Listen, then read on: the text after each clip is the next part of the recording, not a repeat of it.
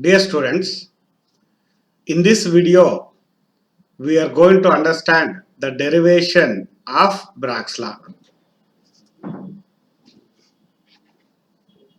As we discussed already in the previous video, according to Bragg, the phenomenon of diffraction, X-ray diffraction from the crystal planes is the process of reflection of X-rays by a family of planes called as Bragg's planes. Bragg's planes are the planes for which the concentration of the atoms is large compared to other set of planes. The planes consisting of larger concentration of atoms are termed as Bragg's planes. According to Bragg, the phenomenon of X-ray diffraction from the crystals is the process of specular reflection from the Bragg's planes. Now, we are going to derive the expression for Bragg's law. That is, we are going to prove 2d sin theta is equal to n lambda. For that one, consider a crystal consisting of equidistant parallel planes with the interplanar spacing equal to d, and the Miller indices for this set of planes take it as equal to HKL as shown in the figure. Now observe here, we have 4 successive planes. Each the planes with interplanar spacing is equal to d, and let us take the Miller indices for this set of parallel planes as equal to HKL. Now consider a beam of incident X-rays having the wavelength lambda falling on these crystal planes. The atoms in the planes diffract, or according to Bragg, reflect the X-rays in all possible directions. But all the reflections will not survive. Only those reflections for which the condition for constructive interference is satisfied, only such reflections or the diffracted X-rays will survive. Now let us take the glancing angle is equal to theta. Now let us consider the incident X-ray PA falling on this particular atom will gets reflected along the path AR. Let X-ray represented by ray PA is incident at glancing angle theta with the plane 1 and is reflected by the atom A in the direction AR. This is the path. The incident ray PA falls on the atom present in the plane 1 of the crystal and it gets reflected along the path AR, and it is making an angle, glancing angle theta. Now consider another ray represented by QB incident on the crystal pass through the first plane and it falls on atom B in the plane 2 of the crystal and it gets reflected along the path BS. Now this also makes an angle, same angle theta. This angle theta is called as the glancing angle or Bragg angle, and it is the angle between the crystal plane and the incident X-ray. These diffracted X-rays will interfere constructively or destructively depending on the path difference between the X-rays. Now, only as we learnt already, only constructive interference will survive. Let us calculate the path difference. To calculate the path difference, now go back to the diagram. Now first X-ray will travel along the path PAR. The second X-ray will travel the path QBS. Now to find the path difference, From QB, draw a perpendicular AC such that it makes an angle 90 degrees with the incident X-ray, that is QB. Similarly, draw AD perpendicular to BS. Now if we compare this, PA is equal to QC and similarly AR is equal to DS. So the additional path traveled by the second beam is CBD.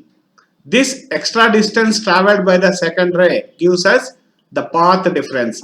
The first X-ray will travel a path of PAR, while the second X-ray will travel a path equal to QBS. The difference in the path is equal to CBD. So this CBD, the length of CBD, gives us path difference. This will be equal to CB plus BD. Now let us express this mathematically. To calculate the path difference, the two normals AC and AD are drawn from A to QB and BS. So the path difference is equal to CB plus BD. This what we already discussed. Now consider the triangle ACB. Consider this triangle ACD. Sorry, ACB. In this triangle, sine theta is equal to, we can write sine theta is equal to opposite CB divided by hypotenuse AB. Therefore, CB is equal to AB sine theta, but AB is the interplanar distance, that is equal to D. So CB is equal to D sine theta. Now we have found the first half of the path, additional path. Similarly, to find BD, consider the triangle ABD. Applying Pythagoras theorem, we get BD is equal to D sine theta. Using the same steps, we get BD is equal to D sine theta. Now come back. CB is equal to D sine theta from triangle ACB. Similarly, from the triangle ADB, we get BD is equal to D sine theta. Now substituting the values of CB and BD in this equation 1, we get the path difference is equal to D sine theta plus D sine theta, that is equal to 2D sine theta. Now to get the maximum intensity, that is for constructive interference,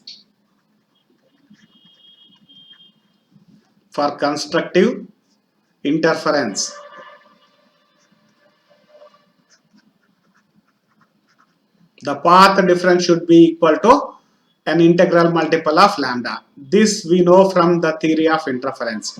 So path difference is equal to n lambda. Substituting the value of path difference from equation 4, we get 2D sine theta is equal to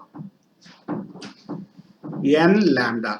This is the condition for Bragg reflection, and this mathematical formula is called as Bragg's law.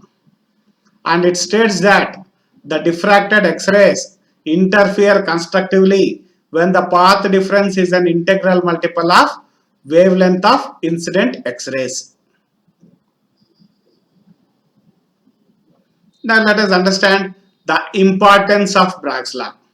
From Bragg's condition, we know that 2D sine theta is equal to n lambda, or D is equal to n lambda divided by 2 sine theta, where D is the interplanar spacing.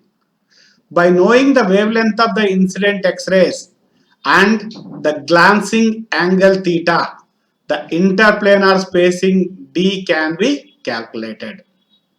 If you go on changing the angle of glancing angle for one particular angle, this condition will be satisfied.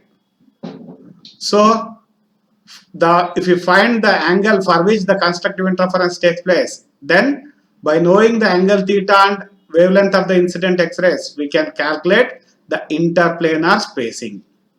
Now, from the value of this D, we can have information regarding the crystal structure.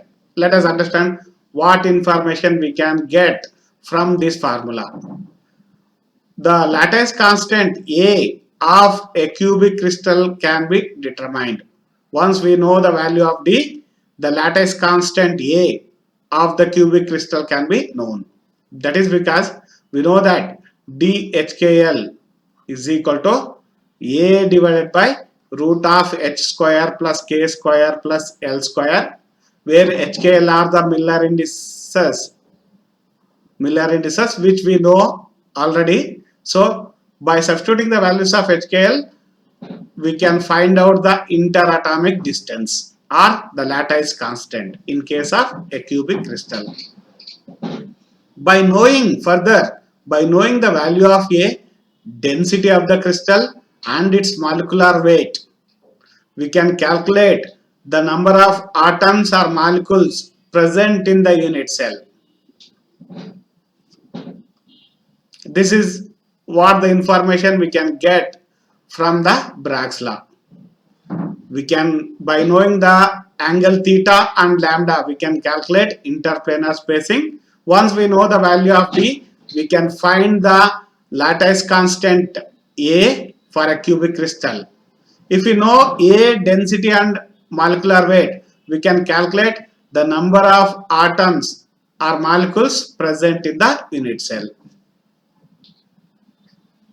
Now, further, for a cubic crystal, already we know that interplanar spacing is equal to A divided by root of H square plus K square plus L square. So, by knowing A and D and A, in the reverse, in the previous case, if you know HKL values, then we can find A. If you know the value of A and D, then we can find the combination of values H square plus K square plus L square can be calculated. This value of H square plus K square plus L square gives us an idea regarding what type of crystal structure it is, whether it is BCC or FCC or simple cubic, etc.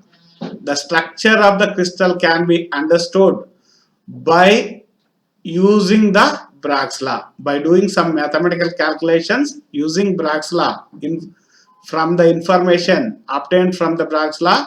By doing some mathematical analysis, we can determine the structure of the crystal. This is one of the important result that we get from the Bragg's law. This is the importance of Bragg's law.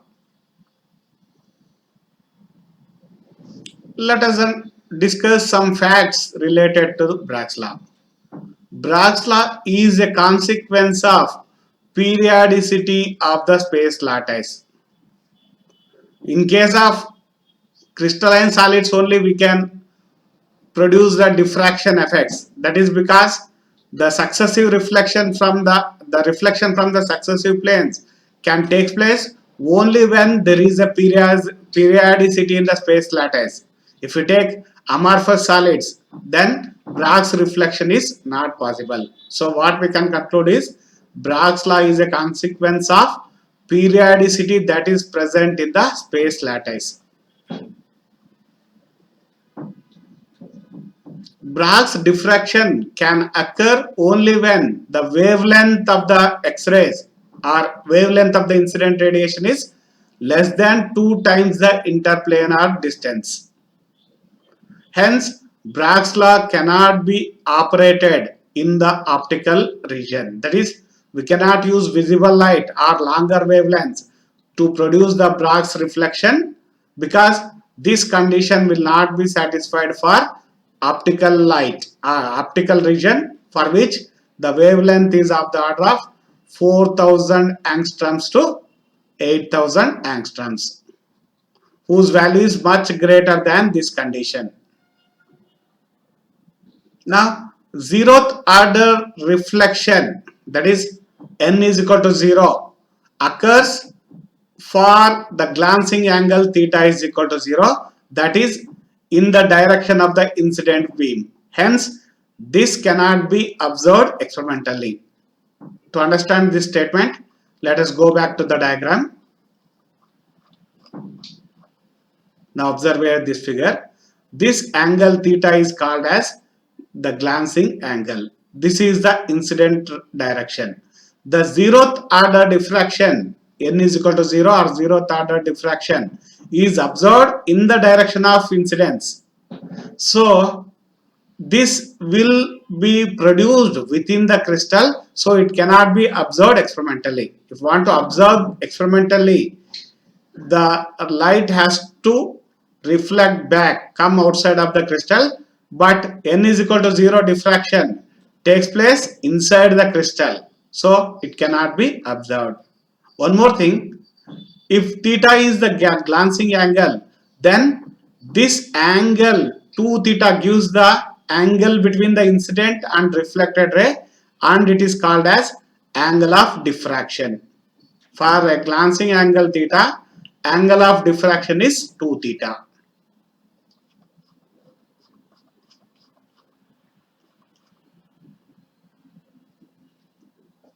The law does not refer to the arrangement of or the basis of the atoms associated with its lattice point.